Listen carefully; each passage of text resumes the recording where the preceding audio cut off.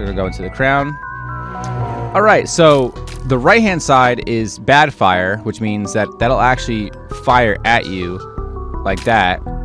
So you want to kind of maneuver around it so that you don't get hit from that. And this fire won't do anything unless you walk into it. If you walk into it, it'll get you hurt. This particular item is Kamikaze. Basically, exactly what it means. It's a spacebar item. So when you walk over to something, hit spacebar, basically, it's almost like hitting your bomb or E key instantly. It's very effective, but the problem is that it takes your heart containers away. That's not... It's effective, but only if you got a lot of other heart containers around to replenish your energy. Alright, before we go into the boss room, we're going to go into this final room right here. This is another floating head. So just gonna see, you can circle strafe. You can circle around forever for the enemy, and the enemy will never be able to hit you. So get used to moving around a lot. Okay, so this actually dropped the key. Alright, so the room below is it's almost like a sacrifice room. It's a spiked room, so when you walk into it, you're gonna get hit, take a half heart of damage, and when you walk back out, you're gonna take a half a heart of damage. Unless you have flying. If you can fly, Transcendence, Wings, Spear of the Night, those particular items, you can actually fly into the room and not take any damage. Now, there's a trick that if you walk through the corner of it, through the spike, you won't take any damage. So I'm actually gonna try. Okay, so that didn't work. Okay, so in the spike room itself, there's always going to be a red chest, 2 red chests, or a pedestaled item. A pedestaled item is kind of like Kamikaze that was on before when we walked into that other room above. Now you can see that kind of the dagger with the little heart thing on it. That signifies that there's a spiked room. So when we walked into this chest, there could be either temporary hearts, Guppy's items, usually a troll bomb that can follow you, or bombs that actually fall out, or spiders. So you want to walk into it and walk away as fast as you can. Alright, so I want it being 2 spiders. So these rooms are not necessarily always good. So same sense, spiders, you basically want to keep, as soon as you start getting close to them, they're going to start chasing after you.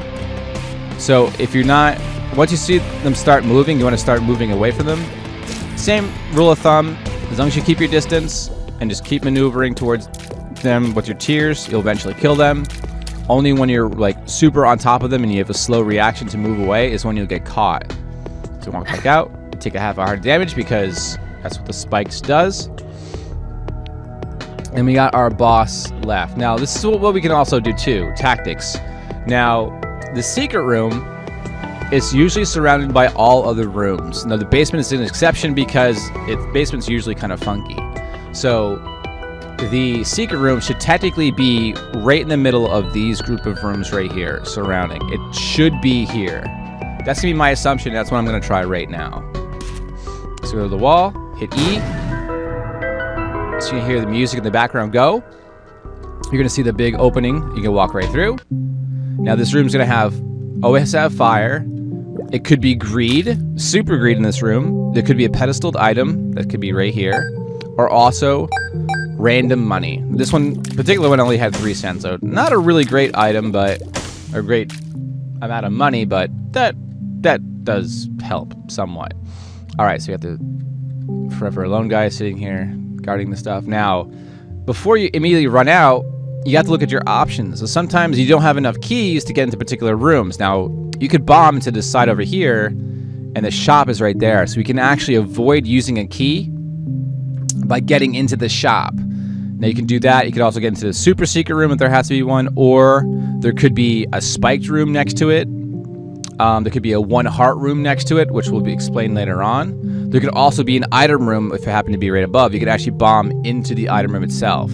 Now, if this room has an enemy in it, like the like greed or super greed, you cannot bomb in any other direction, and you can only walk back out of that particular room. Excuse me. So we're just gonna do it for now. We're gonna bomb on the left-hand side, and we're gonna bomb into the shop. And that's gonna prevent us from actually using a key. So now we actually walk out this here. It doesn't require a key anymore to walk into the shop. The shop has its own music. Same sense, it has fire. There could be red fire in here also. So we're gonna put out the fires just in case it could drop money. So we got the pickaxe, notch pickaxe, a heart that's half price. It's only 2 cents for a full heart, and 5 cents for a key. Now, if you're worried about your health, you should pick up the heart. So we're actually gonna pick up the heart. As you see, we went from a heart and a half to 2 hearts and a half because it filled up 1 full heart. The pickaxe has a one-time use. It's not really the best item in the game. Basically, if you hit spacebar and you use it, you can walk into this rock and it can demolish it. And it recharges after every single time you clear a room with enemies. And that's the only way it'll happen. A key, 5 cents, good price. If you need the keys, get it. It's good to have at least 5 cents when you go down to the next floor. Okay, and because we did that, we basically cleared the entire floor. Besides finding the super secret room, which we'll get into later, we're gonna go to the boss. So we're gonna walk all the way over to that skull, and we're gonna fight it.